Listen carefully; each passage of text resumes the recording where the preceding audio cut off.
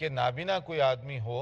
اور قابل ہو تو وہ امام بن سکتا ہے، اس کی امامت درست ہے، اس میں کسی قسم کا کوئی اشکال یا شک و شبہ نہیں ہونا چاہیے۔ دیکھیے حدیث میں عن انس رضی اللہ تعالی عنہ ان النبی صلی اللہ علیہ وسلم استخلف ابن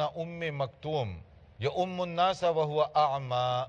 نبی کریم صلی اللہ علیہ وسلم نے اپنا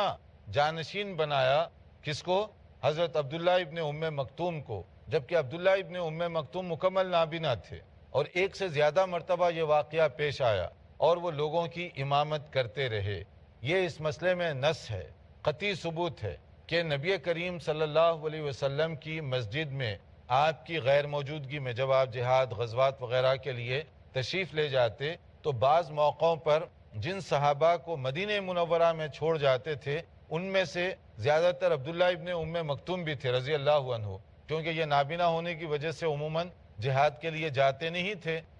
تو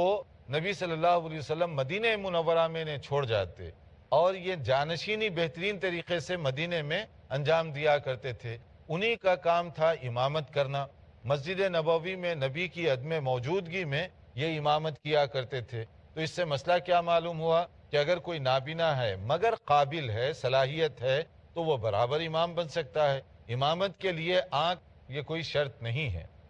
لیکن بعض جگہوں پر غلط فہمی کی وجہ سے اس طرح بعض لوگ سمجھ بیٹھے کہ شاید آنکھوں کا ہونا یہ ضروری ہے، حالانکہ شرعی طور پر اس کی کوئی وجہ نہیں ہے۔